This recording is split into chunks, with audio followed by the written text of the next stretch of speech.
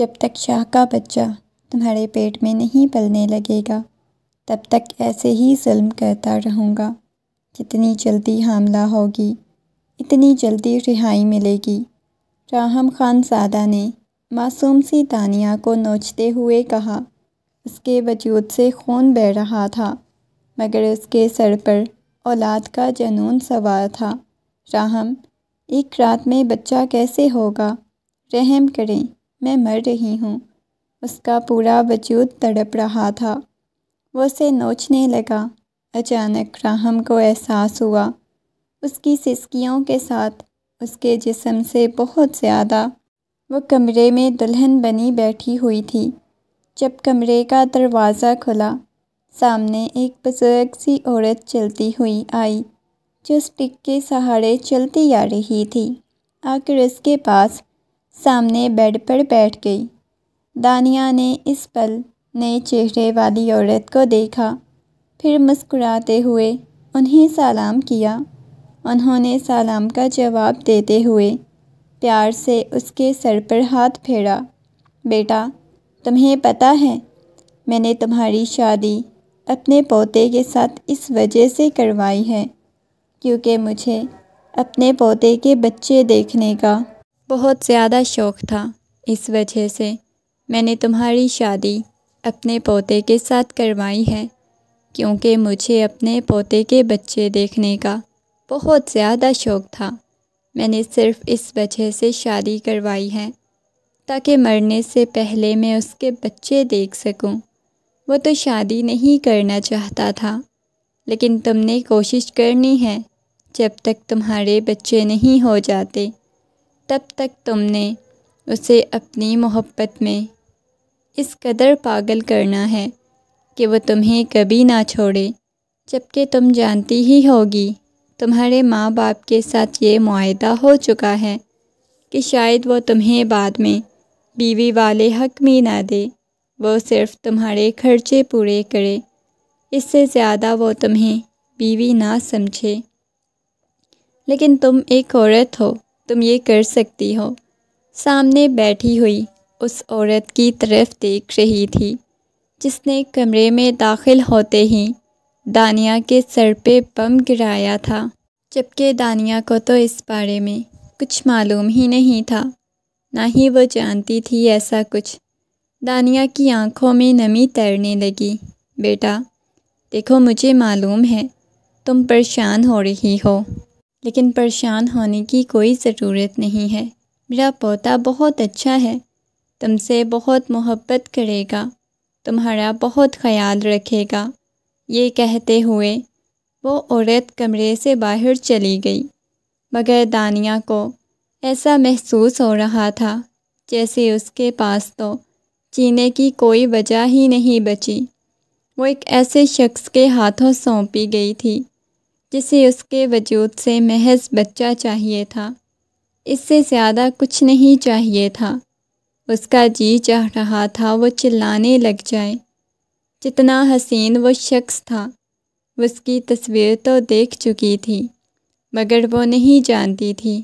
کافی وقت بعد کمرے کا دروازہ کھلا اور راہم خان زادہ کمرے میں داخل ہوا۔ اس کی آنکھیں بالکل لال انگارہ ہو رہی تھیں۔ وہ ٹھیک سے خود کو سنبھال بھی نہیں پا رہا تھا۔ بہت زور سے کمرے کا دروازہ کھولنے اور بند کرنے کے بعد وہ بالکل اس کے مقابل آ کھڑا ہوا۔ لبوں پر ایک عجیب سی مسکراہٹ بکھری ہوئی تھی۔ تم میری زندگی میں شامل ہوئی ہو، تم سے میں بچے پیدا کرواؤں گا۔ وہ سامنے بیٹھی ہوئی کمزور سی دانیہ کی طرف دیکھنے لگا، پھر طنزیہ انداز میں اس کے قریب آیا۔ تمہیں پتہ ہے تمہارا یہ کمزور سا وجود مجھے کبھی برداشت نہیں کر پائے گا، لیکن کیا ہے نا میری بی جان کو بہت زیادہ بچوں کا شوق ہے۔ میں نے تمہارے ماں باپ کو منع کیا تھا اپنی بیٹی کو میرے حوالے مت کرنا۔ نہ جانے انہیں کیا سوچی ہوئی تھی تمہاری شادی میرے ساتھ کروانے کی۔ اب اس وجہ سے مجھے اپنا کام تو کرنا پڑے گا۔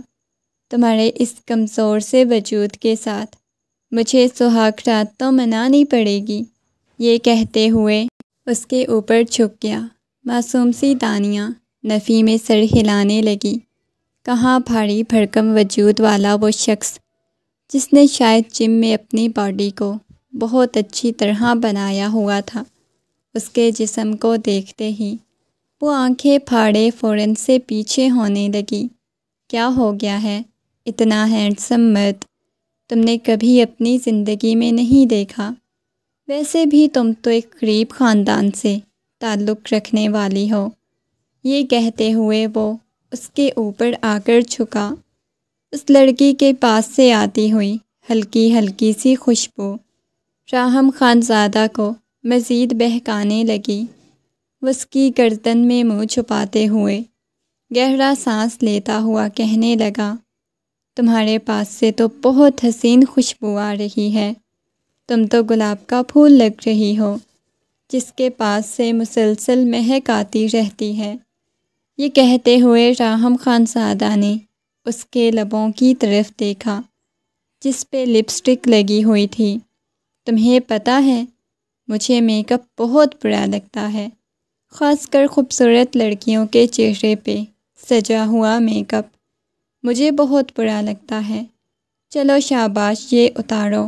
یہ کہتے ہوئے وہ اس کے لبوں پہ لگی ہوئی لپسٹک کو اپنے انگوٹھے کے ساتھ رگڑ کر اتارنے لگا۔ وہ نفی میں سر ہلاتے ہوئے کہنے لگی، یہ آپ کیا کر رہے ہیں؟ وہ بہت زیادہ گھبرا رہی تھی، ڈری ہوئی لگ رہی تھی، مگر راہم خانزادہ کو بھلا اس سے کیا تھا؟ اسے تو عورت ذات سے ہی بہت زیادہ نفرت تھی۔ وہ کبھی بھی کسی لڑکی کو اپنی زندگی میں شامل نہیں کرنا چاہتا تھا، مگر بی جان کے کہنے پہ اسے شامل تو کر چکا تھا، مگر اس وقت بھی اسے نفرت بھری نگاہوں سے دیکھ رہا تھا۔ اس کی آنکھوں میں اس لڑکی کے لیے اس قدر نفرت تھی جیسے ابھی اسے کچا چبا جائے گا۔ چلو شاباش، یہ چینج کر کے آؤ، اس کے بعد میں دیکھتا ہوں میں نے تمہارے ساتھ کیا کرنا ہے۔ مجھے یہ بھاری بھرکم کپڑوں میں جیولری میں بالکل پھل جھڑی لگ رہی ہو، مجھے بالکل بھی تم پسند نہیں آ رہی۔ یہ کہتے ہوئے اسے ایک جھٹکے سے بیڈ سے اٹھاتا ہوا کہنے لگا، جاؤ جا کر یہ سب کچھ اتار کے آؤ، بہت بری لگ رہی ہو مجھے۔ راہم کی بات سن کر وہ ڈرتی ہوئی اسبات میں سر ہلاتی ہوئی وہاں سے اٹھ کر جانے لگی۔ اچانک اس کا پاؤں مڑا۔ اس سے پہلے کہ وہ گرتی، راہم خانزادہ نے اسے اپنی باہوں کے حصار میں جکڑ لیا۔ اس کی طرف دیکھتا ہوا مسکراتے ہوئے کہنے لگا، ابھی سے گرنے لگ گئی ہو؟ ابھی تو میں نے تمہیں چلنے پھرنے کے قابل بھی نہیں چھوڑنا۔ تمہیں پتہ ہے مجھے اپنی جنونی کیفیت سے بہت زیادہ ڈر لگتا ہے۔ چلو میں تو تمہیں پہلے سے ڈرانے لگ گیا ہوں، مجھے تمہیں پہلے نہیں ڈرانا چاہیے۔ چلو شاباش جاؤ اور جلدی سے چینج کر کے آؤ۔ یہ کہتا ہوا اسے چینجنگ روم کی طرف بھیج دیا۔ کافی وقت بعد وہ سادہ سے حلیے میں باہر آئی، لیکن چہرے پر ابھی بھی میک اپ لگا ہوا تھا۔ اس کے بازو سے پکڑتا ہوا اسے واش روم کی طرف لے گیا۔ چلو شاباش، اب یہ اپنا چہرہ بھی صاف کرو، بہت بری لگ رہی ہو مجھے میک اپ میں۔ یہ کہتا ہوا وہ باہر چلا گیا۔ اسے یہی لگ رہا تھا کہ وہ ایک غریب خاندان کی لڑکی ہے، خوبصورت اور حسین نہیں ہوگی، مگر کافی وقت بعد وہ اپنے چہرے کو دھو کر باہر آئی تو اس قدر خوبصورت لگ رہی تھی کہ اسے نگاہیں ہٹانا مشکل تھا۔ اس کی سرخ و سفید رنگت، مگر وہ بھی راہم خانزادہ تھا، اپنی باتوں سے مکرتا نہیں تھا۔ اگر اس نے ایک دفعہ کہہ دیا تھا کہ وہ اس لڑکی سے نفرت کرتا ہے تو اب اس نے اپنی نفرت بھی اس پہ ظاہر کرنی تھی۔ اسے دکھانا تھا کہ وہ اسے کس قدر نفرت کرتا ہے، اس کے پاس آتے ہوئے اس کی کمر کو جکڑ کر بالکل اپنے ساتھ لگا لیا۔ چلو شاباش، میرے پاؤں پہ پاؤں رکھو، تھوڑی چھوٹی لگ رہی ہو مجھ سے۔ اس کی بات سن کے وہ نفی میں سر ہلانے لگی۔ جتنا بولا ہے اتنا کرو۔ راہم کے یوں چلانے پر وہ مزید ڈر گئی۔ اس کا دل بہت زور سے دھڑکنے لگا۔ اس سے پہلے کہ وہ مزید کچھ کہتی، راہم ایک دم سے اس کے لبوں کے اوپر جھک گیا، اس کے بالوں کو پیچھے سے مٹھی میں دبوچتے ہوئے اس پہ اپنی شدتیں لٹانے لگا۔ راہم، وہ نرمی سے اس کا نام پکار رہی تھی۔ واؤ، تمہیں تو میرا نام بھی آتا ہے۔ میں نے منع کیا تھا کس لڑکی کو کوئی میرا نام نہ بتائے۔ میں تو تمہیں اپنا نام نہیں بتانا چاہتا تھا۔ چلو کوئی بات نہیں، اب تمہیں میرا نام پتہ چل گیا۔ یہ کہتے ہوئے راہم خان زادہ نے اسے اپنی باہوں کے حصار میں قید کر لیا۔ وہ روتے ہوئے اسے خود سے دور کرنے کی کوشش کرنے لگی۔ کیا ہو گیا ہے؟ کیا تمہارے ماں باپ نے تمہیں بتایا نہیں؟ شادی کے بعد کیا ہوتا ہے؟ تمہاری ماں نے تو تمہیں بتایا ہی ہوگا، تو پھر اتنا زیادہ تڑپ کیوں رہی ہو؟ اتنا زیادہ دور جانے کی کوشش کیوں کر رہی ہو؟ اب تو تمہیں کم از کم ایسا نہیں کرنا چاہیے۔ میں تو اپنا حق لے رہا ہوں تم سے، مجھے حق نہیں دو گی کیا؟ آپ مجھے تھوڑا سا وقت دے دینا، مجھے کچھ وقت چاہیے۔ اچھا، مطلب تمہارا دل کر رہا ہے میں اپنی آج کی رات خراب کر کے تمہیں وقت دے دوں؟ بالکل بھی نہیں۔ یہ کہتا ہوا وہ دوبارہ سے اس کے اوپر جھک گیا۔ اس کی ہلکی ہلکی سسکیاں کمرے میں گونجنے لگی تھیں۔ بیٹا اٹھ جاؤ، ابھی تک سو رہی ہو؟ نرم سا لمس اپنے چہرے پہ محسوس کر کے اس نے ایک دم سے آنکھیں کھولیں، اٹھ کر بیٹھ گئی۔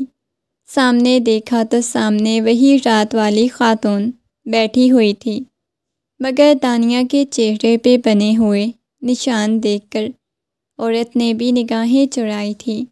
انہیں افسوس ہوا تھا، انہیں پہلی دفعہ احساس ہوا تھا ان کا فیصلہ غلط تھا۔ انہیں پہلے اپنے پوتے کو ٹھیک کرنا چاہیے تھا، اس کے بعد اس کی شادی کروانی چاہیے تھی۔ انہیں تو ایسا محسوس ہوا تھا کوئی لڑکی اس کی زندگی میں شامل ہوگی تو وہ ٹھیک ہو جائے گا، اپنے ماضی سے نکل آئے گا۔ مگر آج سامنے بیٹھی ہوئی لڑکی کا حال دیکھ کر انہوں نے ضبط سے اپنی آنکھیں بند کر لیں۔ اس وقت دانیہ کو رونے کے لیے کوئی کندھا چاہیے تھا۔ رات اس شخص کی جتنی دی گئی اذیت، تکلیف اس نے برداشت کی تھی، اس کے بعد وہ رونا ہی چاہتی تھی۔ وہ روتے ہوئے اس عورت کے سینے سے لگ گئی۔ مجھے یہاں نہیں رہنا، مجھے واپس اپنے ماما بابا کے پاس جانا ہے۔ پلیز مجھے ماما بابا کے پاس بھیج دینا، میں ان کے ساتھ نہیں رہنا چاہتی۔ تمہیں پتہ ہے میرا پوتا بہت ضدی ہے، اس کی زندگی میں ایک دفعہ کوئی چیز آ جاتی ہے تو پھر وہ ہمیشہ اس کی ہی رہتی ہے۔ وہ اپنی استعمال کی ہوئی چیز بھی کسی کو نہیں دیتا۔ بے شک تم اس کی زندگی میں زبردستی شامل کی گئی ہو، مگر وہ تمہیں کسی کو بھی نہیں دے گا، تو کیا ہر رات مجھے یہ برداشت کرنا پڑے گا؟ انہوں نے مجھے بولا ہے کہ ہر رات مجھے اس اذیت اور تکلیف سے گزرنا پڑے گا جب تک کہ آپ کی خواہش پوری نہیں ہو جاتی۔ آپ کی خواہش کے لیے انہوں نے مجھے الٹا لٹکا دیا۔ رات میری کانٹوں پہ گزری ہے۔ وہ روتے ہوئے انہیں بتائے جا رہی تھی، بیٹا پریشان مت ہو، اللہ اب سب بہتر کرے گا۔ وہ آفس چلا گیا ہے، میں تمہارے لیے ناشتہ بھجوا دیتی ہوں، فریش ہو جاؤ۔ وہ بہت ضدی ہے، میں نے بہت روکنے کی کوشش کی کہ ابھی کل ہی تو تمہاری شادی ہوئی ہے، مت جاؤ، مگر اس نے بھی ضد نہیں چھوڑی۔ یہ کہتے ہوئے وہ راکنگ چیئر پہ بیٹھا ہوا اسے گول گول گھماتے ہوئے کسی گہری سوچ میں گم تھا۔ اچانک کسی نے آ کر اس کی پیشانی پہ اپنے ہاتھ رکھے اور دھیرے دھیرے دبانا شروع کر دیا۔ اس نے آنکھیں کھول کر دیکھا، سامنے ربانہ کھڑی ہوئی تھی۔ ربانہ کو دیکھتے ہی اس کی پیشانی پہ بل نمودار ہوئے۔ تم یہاں کیا کر رہی ہو؟ اور تمہاری ہمت کیسے ہوئی مجھے ہاتھ لگانے کی؟ راہم خان زادہ کی بات سن کر ربانہ کہنے لگی، کیا ہو گیا ہے خان؟ اتنا زیادہ غصہ کیوں کر رہے ہو؟ وہ چلتی ہوئی بالکل اس کے مقابل آ کھڑی ہوئی۔ میں نے تمہیں اس دن منع کیا تھا، میرے ساتھ اتنا فرینک ہونے کی کوشش مت کیا کرو، اس کے باوجود تم میرے پاس کیوں آتی ہو؟ تمہیں پتہ ہے میں شادی کر چکا ہوں اور تم اس امید پہ بیٹھی ہوئی ہو کہ میں تم سے شادی کروں گا۔ راہم تمہیں پتہ ہے میں تم سے بہت زیادہ محبت کرتی ہوں راہم، میں تمہیں حاصل کرنے کے لیے کچھ بھی کر سکتی ہوں۔ دیکھو، خدا کے لیے اگر مجھ سے محبت کرتی ہو تو مجھ سے دور رہو، ورنہ میں تمہیں تباہ و برباد کر کے رکھ دوں گا۔ کوئی بھی لڑکی میری زندگی میں شامل ہو جائے تو اسے میں سلامت نہیں چھوڑتا۔ تم مجھے معصوم لگتی ہو اور میں تمہاری معصومیت نہیں چھیننا چاہتا، اس وجہ سے اچھا یہی ہوگا دوبارہ میرے پاس آنے کی کوشش مت کرنا۔ لیکن مجھے تم سے بہت زیادہ محبت ہے۔ اس لڑکی کی آنکھوں میں نمی تیر رہی تھی، راہم کے سینے سے لگ گئی۔ کیوں تم اپنے لیے اور میرے لیے مصیبت کھڑی کر رہی ہو؟ میں جیل نہیں جانا چاہتا، اس وجہ سے بہتر یہی ہوگا کہ مجھ سے دور رہو۔ تم کتنے برے ہو میں اچھی طرح جانتی ہوں۔ وہ اچھی طرح جانتا تھا کہ وہ کس جنونی کیفیت کا مالک ہے، اور ایک لڑکی جب اس کے پاس آتی ہے تو وہ اس کی کیا حالت کرتا ہے۔ ایک جھٹکے سے خود سے دور کیا۔ راہم، تم مجھے جیسا بولو گے میں ویسی بن جاؤں گی۔ اس کے قدموں میں بیٹھ گئی، اس کی ٹانگوں سے لپٹ کر اس کے گھٹنوں پہ سر رکھ لیا، بہت بری طرح سے بچوں کی طرح رونے لگ گئی۔ دیکھو، آفس میں تماشا کھڑا کرنے کی ضرورت نہیں، وہ سنجیدگی سے بولتا ہوا اسے خود سے دور کرنا چاہ رہا تھا۔ راہم، تم سب کچھ بھول گئے ہو، تم کتنے پیار اور محبت سے مجھ سے بات کرتے تھے۔ راہم پلیز، یہ کہتے ہوئے وہ آنکھیں بند کرتی ہوئی اس کے گھٹنوں پہ سر ٹکائے ہوئے تھی۔ مجھ سے شادی کر لو نا تم، مجھے جو بولو گے میں وہ کروں گی، میں تمہاری غلام بن کے رہوں گی۔ تم مجھے جیسے رکھنا چاہو گے میں تمہارے ساتھ ویسے ہی رہ لوں گی، پلیز۔ وہ اس کے ہاتھوں پہ بوسہ دینے لگی تھی۔ دیکھو، میں تمہارے لیے ایک غیر محرم ہوں، پلیز میرے پاس یوں مت آؤ۔ کیوں خود کو بھی بہکا رہی ہو اور مجھے بھی بہکا رہی ہو؟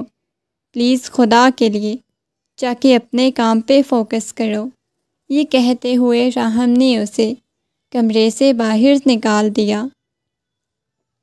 وہ رات والی لڑکی ہی اس کی آنکھوں کے سامنے گھومے جا رہی تھی، جسے رات میں وہ کچھ زیادہ ہی اذیت اور تکلیف دے چکا تھا۔ ایک لڑکی کو وہ جسمانی طور پہ اذیت دے رہا تھا تو دوسری یہ لڑکی تھی جسے ذہنی طور پہ وہ ٹارچر کیے جا رہا تھا، مکمل طور پر اسے اپنی محبت میں گرفتار کرنے کے بعد اب اسے ایک لمحے میں ہی چھوڑ دیا تھا۔ یہ بات اسے چین نہیں لینے دے رہی تھی۔ اپنے بالوں کو وہ مٹھیوں میں دبوچے بیٹھا ہوا تھا۔ بی جان، میں آپ کے لیے سوپ بنا کے لے آئی ہوں۔ ملازمہ نے مجھے بتایا ہے کہ آپ اس ٹائم سوپ پیتی ہیں۔ ان کے کمرے میں داخل ہوتی ہوئی مسکراتی ہوئی آ کر ان کے پاس سوپ رکھتی ہوئی بولی، بیٹا تم نے کیوں بنایا ہے؟ ابھی تم کل ہی تو اس گھر میں آئی ہو۔ دانیہ کو دیکھ کر وہ مسکراتے ہوئے بولی۔ دانیہ کی اپنائیت دیکھ کر انہیں اندازہ ہو گیا تھا وہ کس قدر خیال رکھنے والی بچی تھی۔ اسے تقریباً گھر کے سارے کام بھی آتے تھے۔ بیٹا، تم ایک کام کرنا، راہم کے لیے اس کی پسند کی چیزیں بنا لینا۔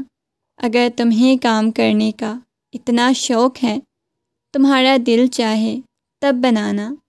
ویسے میں تمہارے ساتھ کسی قسم کی کوئی زور زبردستی نہیں کر رہی۔ بی جان، ایسی کوئی بات نہیں، وہ میرے شوہر ہیں اور ان کے کام کرنا تو میرا فرض بنتا ہے، میں کر دوں گی، آپ پریشان مت ہوں۔ آپ مجھے بس اتنا بتا دیں انہیں کھانے میں کیا پسند ہے۔ بی جان نے اسے ساری راہم کی پسند کی چیزیں بتا دیں۔ وہ بی جان کے پاس آ کے بیٹھ گئی۔ بی جان، راہم دوبارہ میرے ساتھ ایسے نہیں نہ کریں گے، میں پوری کوشش کروں گی انہیں مجھ سے محبت ہو جائے۔ بی جان محبت سے اس کے سر پہ ہاتھ پھیرا، کہنے لگی، ہاں بیٹا، مجھے یقین ہے جتنی تم اچھی ہو، پیاری بچی ہو، ضرور اسے تم سے محبت ہو جائے گی۔ وہ مسکرا دی۔ اس کے بعد کچن میں چلی گئی۔ ملازمہ کے ساتھ مل کر اس نے راہم کے لیے اس کی پسند کی 2-3 ڈشیں بنا دیں۔ وہ ٹیبل پہ کھانا لگا رہی تھی جب اسے قدموں کی آہٹ سنائی دی۔ اس وقت وہ اکیلی ہی تھی، ملازمین جا چکے تھے، بی جان کمرے میں تھی۔ راہم نے پیشانی پہ بل ڈالتے ہوئے ٹیبل کی طرف دیکھا۔ میں نے آپ کے لیے کھانا بنایا ہے، وہ ایسے اپنائیت سے بولی جیسے اسے صدیوں سے جانتی ہو یا وہ کافی عرصے سے دونوں ساتھ رہ رہے ہوں۔ میں باہر سے کھانا کھا کے آیا ہوں، یہ کہتے ہوئے راہم جانے لگا، مگر وہ بچوں کی طرح اس کے بازو سے پکڑ کر اسے ڈائننگ ٹیبل تک لے کے آئی۔ اب کھائیں تو صحیح، میں نے سب کچھ آپ کی پسند کا بنایا ہے۔ یہ دیکھ کر راہم کی پیشانی پہ بل نمودار ہوئے۔ کیا بکواس کر رہی ہو تم، مجھے کچھ نہیں کھانا۔ یہ کہتے ہوئے راہم نے ٹیبل پہ پڑی ہوئی ساری چیزوں کو ہاتھ مار کے فرش پہ پھینک دیا۔ یہ لو، سب کھا لیا ہے میں نے منع کیا تھا نا، میری بیوی بننے کی کوشش مت کرو۔ یہ کہتے ہوئے وہ کمرے کی طرف چلا گیا۔ دانیہ کو ایسا محسوس ہوا جیسے اس کے سینے میں کچھ ٹوٹ سا گیا ہو۔ وہ آنکھوں میں آنسو لیے ہر بکھری ہوئی چیز کو فرش پہ دیکھنے لگی۔ راہم تو کمرے میں چلا گیا تھا، مگر وہ دیکھنے لگی۔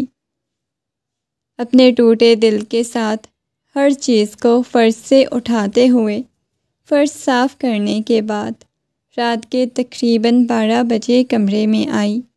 راہم ابھی تک جاگ رہا تھا، نہ جانے کن گہری سوچوں میں گم تھا، مگر اس کی آنکھوں کے گرد سرخی چھائی ہوئی تھی۔ یہ سرخی اس نے کل رات بھی دیکھی تھی۔ اسے ڈر لگنے لگ گیا تھا۔ آج پھر وہ کل والا رویہ نہ اس کے ساتھ اختیار کرے۔ وہ چلتی ہوئی بیڈ پہ جا کر دوسری طرف لیٹنے لگی۔ یہاں تمہاری کوئی جگہ نہیں، دفعہ ہو جاؤ صوفے پہ، جا کے سو جاؤ۔ راہم کے ایسے لہجے کو دیکھ کر وہ ڈر گئی، سہم گئی تھی۔ جی ٹھیک ہے، وہ اس بات میں سر ہلاتی ہوئی جا کر صوفے پر سونے کے لیے لیٹ گئی، مگر وہ بالکل بھی کمفرٹیبل محسوس نہیں کر رہی تھی۔ چھوٹے سے صوفے پہ سونا اس کے لیے بہت مشکل ہو رہا تھا، اور یہاں پر ٹھنڈ بھی بہت زیادہ تھی۔ اس کے پاس کمبل بھی نہیں تھا۔ وہ بالکل سہمی ہوئی آنکھیں بند کر گئی۔ بہت شدت سے اسے نیند بھی آئی ہوئی تھی۔ آنکھیں بند کرتے ہی وہ نیند کی وادیوں میں چلی گئی۔ راہم سگریٹ سلکاتے ہوئے جا کر بلکونی میں کھڑا ہو گیا۔ اس کی ہمیشہ سے یہی روٹین تھی۔ رات کے تقریباً 3-4 بجے تک وہ جاگتا رہتا تھا۔ اسے کبھی نیند نہیں آئی تھی، نہ ہی کبھی سکون کی نیند سویا تھا۔ کتنے سالوں سے وہ ایک ہی اذیت اور تکلیف سے گزرتا جا رہا تھا، جب کھڑا ہو کر تھک گیا بلکونی میں ہی بیٹھ گیا، اپنے ہاتھوں کے ساتھ پیشانی کو مسلنے لگا۔ اس کا سر اب درد سے پھٹنے لگا تھا۔ ایک وقت تھا جب اسے سگریٹ کی بدبو سے بھی نفرت تھی، اسے کھانسی ہونے لگ جاتی تھی، مگر اب وہ ایک رات میں نہ جانے کتنی سگریٹ پی جاتا تھا۔ اچانک کوئی نرم و ملائم لمس اس نے اپنی پیشانی پہ محسوس کیا۔ اس نے ایک جھٹکے سے پیچھے مڑ کے دیکھا، جیسے جس کا وہ منتظر تھا وہ آئی ہو، مگر سامنے کھڑی ہوئی دانیہ کو دیکھ کر وہ کہنے لگا، تم یہاں کیا کر رہی ہو؟ شاید آپ کے سر میں پین ہو، میں آپ کا سر دبانے آئی ہوں، مجھے نیند آ رہی ہے۔ یہ کہتے ہوئے وہ اس کے سر کو دبانے لگی۔ راہم، آپ اتنے غصے والے کیوں ہیں؟ مجھے بتائیں، وہ نرمی سے پوچھنے لگی۔ بی جان کی بتائی ہوئی باتوں پہ وہ عمل کر رہی تھی۔ شاید تھوڑا راہم کے دل میں اس کے لیے کوئی نرم گوشہ پیدا ہو جائے۔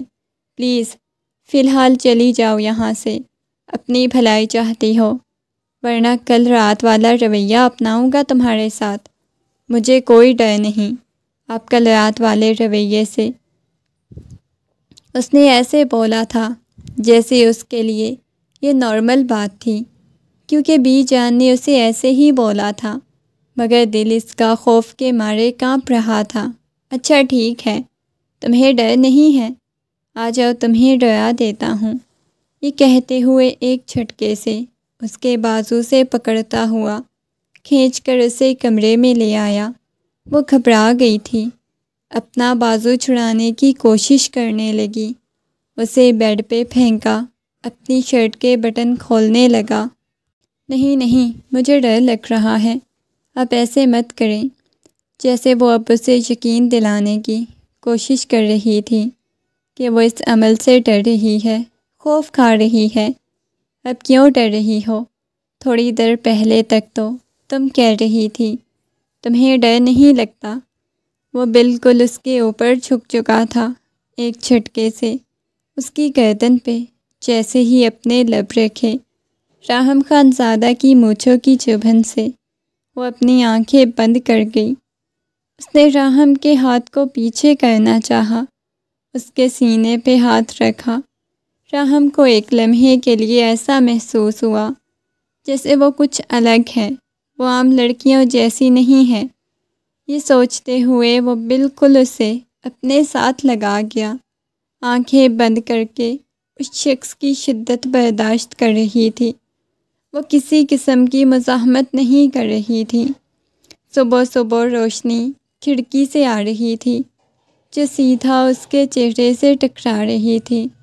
بمشکل اپنی آنکھیں کھولتے ہوئے اس نے کمرے کو چاروں اطراف دیکھا تھا، پھر دوسری طرف سوئے ہوئے اپنے شوہر کی طرف دیکھا جو رات بھر اسے تکلیف دے کر خود تو سکون کی نیند سو رہا تھا۔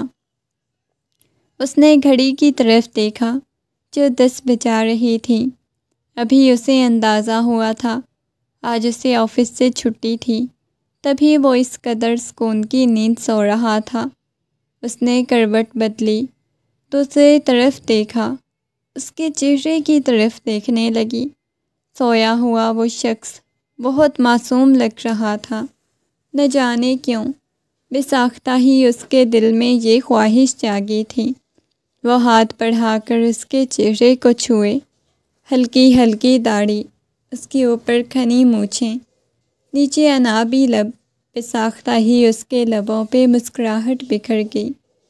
وہ کسی ریاست کا شہزادہ لگ رہا تھا اور کسی شہزادے سے کم نہیں تھا، وہ خود بھی تو ایک شہزادی ہی تھی۔ ہاتھ بڑھا کر نرمی سے اس کی گال کو چھونے لگی، جب ایک جھٹکے سے اس نے ہاتھ پکڑ لیا۔ مانا کہ میں نیند میں ہوں، لیکن اتنی جرأت نہیں تمہاری کہ میری اجازت کے بغیر تم مجھے چھوؤ۔ مانا کہ تم میری بیوی ہو، لیکن میں تمہیں یوں خود کو چھونے کی اجازت نہیں دے سکتا۔ یہ کہتے ہوئے اس نے ایک جھٹکے سے اس کا ہاتھ پکڑ کر اپنے قریب کر لیا، اس کی کمر پہ ہاتھ پھیرتے ہوئے کہنے لگا، ابھی کل رات شاید تم نے زیادہ آسانی سے مجھے برداشت کر لیا، جو دوبارہ سے ایسی حرکتیں کر رہی ہو میں دوبارہ اسی موڈ میں واپس آ جاؤں گا۔ اگر مجھے دوبارہ اس موڈ میں لاؤ گی تو اپنا ہی نقصان کرو گی۔ میں ناشتہ بنانے جا رہی ہوں۔ یہ کہتے ہوئے وہ اٹھنے لگی۔ ملازمہ ناشتہ بنا دے گی؟ آج میری پسند کا ناشتہ بنتا ہے، میں لیٹ کرتا ہوں۔ بہت ساری ڈشز ہوتی ہیں سنڈے کو، تمہیں اندازہ ہونا چاہیے، بیوی ہو تم میری۔ یہ کہتے ہوئے وہ اس کے چہرے کے اوپر جھک گیا۔ وہ صبح صبح اسے بالکل بھی ایسے رویے کی امید نہیں کر سکتی تھی۔ اسے خود سے دور کرنے لگی۔ پلیز کیا کر رہے ہیں؟ مجھے اٹھنا ہے، مجھے جانا ہے۔ یہ کہتے ہوئے وہ اس کے نیچے مچلتی ہوئی اٹھنے کی کوشش کرنے لگی۔ وہ سے دور ہو گیا۔ جاؤ، تم بھی کیا یاد کرو گی، جی لو زندگی کے 4 دن۔ وہ ہنستے ہوئے بولا۔ اس نے پہلی دفعہ اسے ہنستے ہوئے دیکھا تھا۔ نہ جانے کیوں راہم خان زادہ کو وہ لڑکی عجیب سی لگی تھی۔ ایسے لگ رہا تھا جیسے اسے اسپیشل راہم خان زادہ کے لیے بنایا گیا ہو۔ جلدی سے شاور لے کر نکلا۔ میں نے بھی لینا ہے شاور، جلدی نکلنا، اندر ہی نہ بیٹھی رہنا۔ اس کی آواز سن کر اس کی پیشانی پہ بل نمودار ہوئے۔ اتنی جلدی اچانک سے اسے ایسے بدلاؤ کی امید نہیں کر سکتی تھی۔ شاور لینے کے بعد وہ نیچے چلی گئی، ناشتہ بنانے لگی۔ کیا ہو گیا ہے بیٹا؟ آج اٹھنے میں کافی لیٹ کر دی۔ طبیعت تو ٹھیک تھی تمہاری؟ بی جان کی بات سن کر اس نے اس بات میں سر ہلا دیا۔ بی جان بالکل ٹھیک ہوں۔ وہ کچن میں کھڑی اپنے لیے ناشتہ بنا رہی تھی۔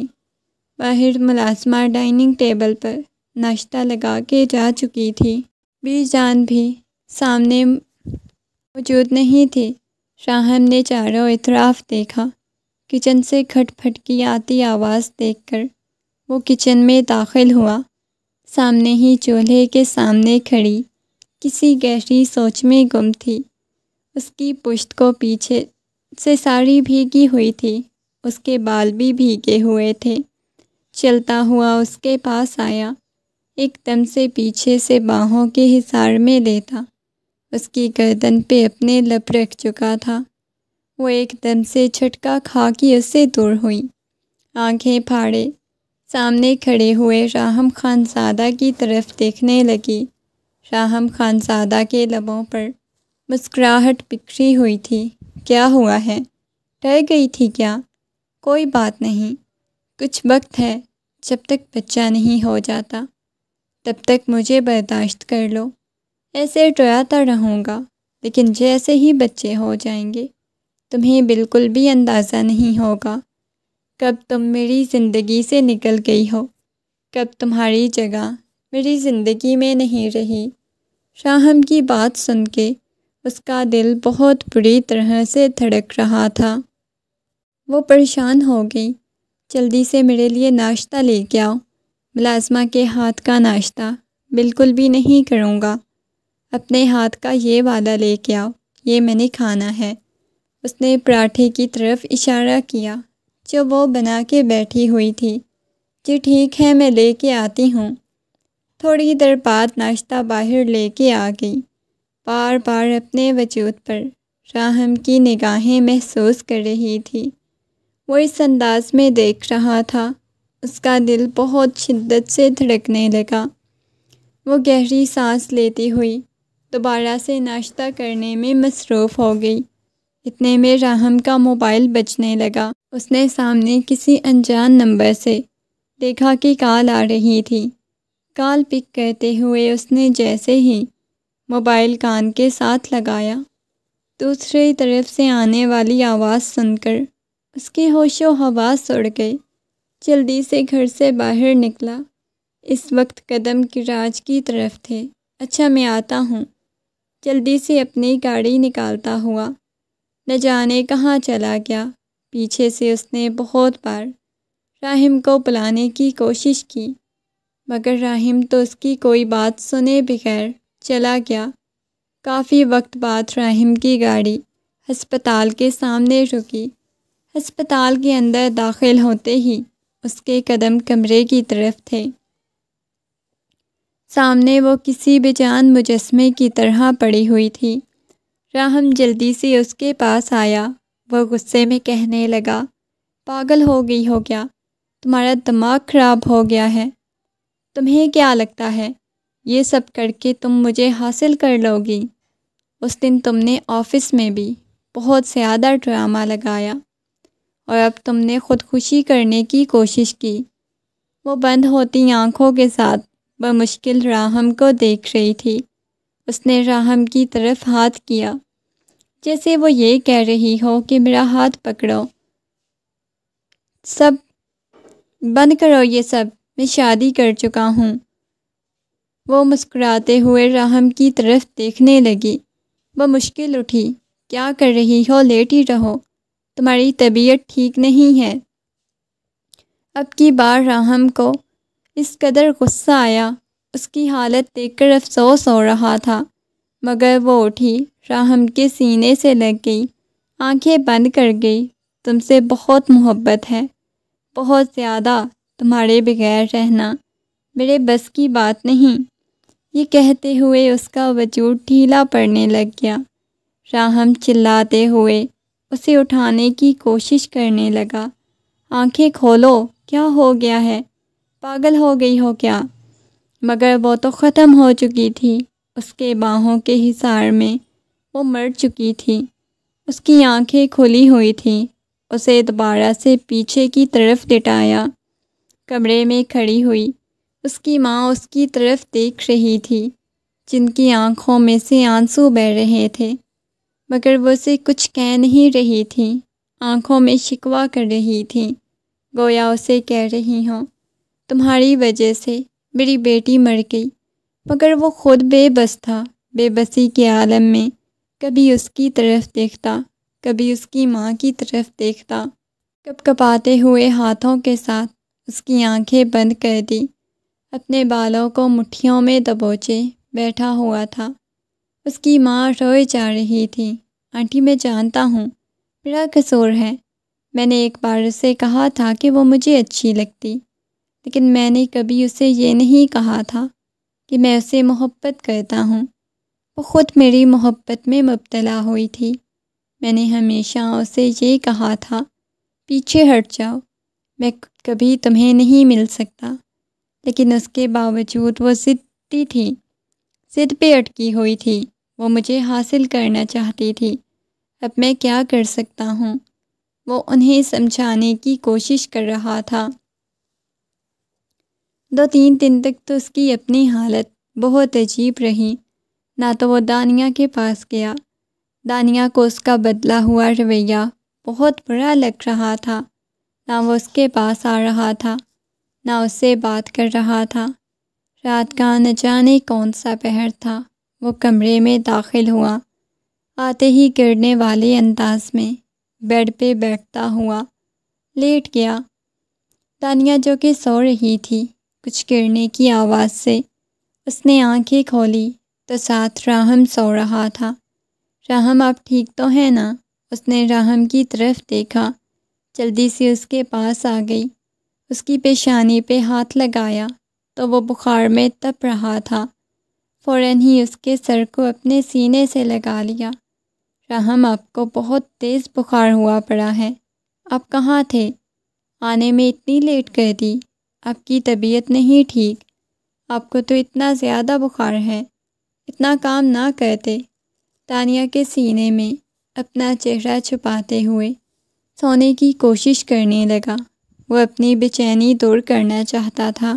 تمہیں پتہ ہے، مجھے وہ اتنی یاد نہیں آتی، میں نے اس لڑکی سے بہت زیادہ محبت کی تھی، ہم دونوں کالج میں بھی ساتھ پڑھتے تھے، یونی میں بھی ساتھ پڑھتے تھے۔ میں نے اسے کہا تھا کہ مجھے کچھ وقت چاہیے، اپنے بزنس کو سیٹ کرنا چاہتا ہوں، لیکن اسے جلدی تھی، ایک UK کے بزنس مین کا رشتہ اس کے لیے آیا تھا۔ پھر اس کے ماں باپ نے انکار نہیں کیا، اسے بھی محض پیسہ چاہیے تھا، وہ بھی انکار نہیں کر سکی، مجھے چھوڑ دیا۔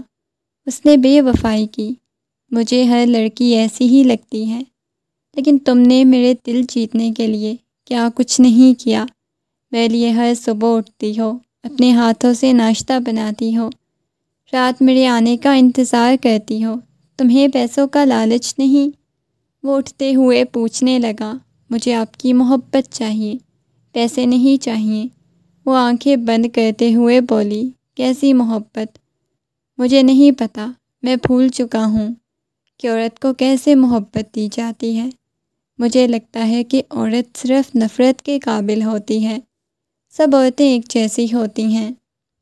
وہ اس کی پیشانی پہ بوسہ دیتے ہوئے بولی، پھر میرا دل جیت کے دکھاؤ۔ میں نہیں جیت سکتی۔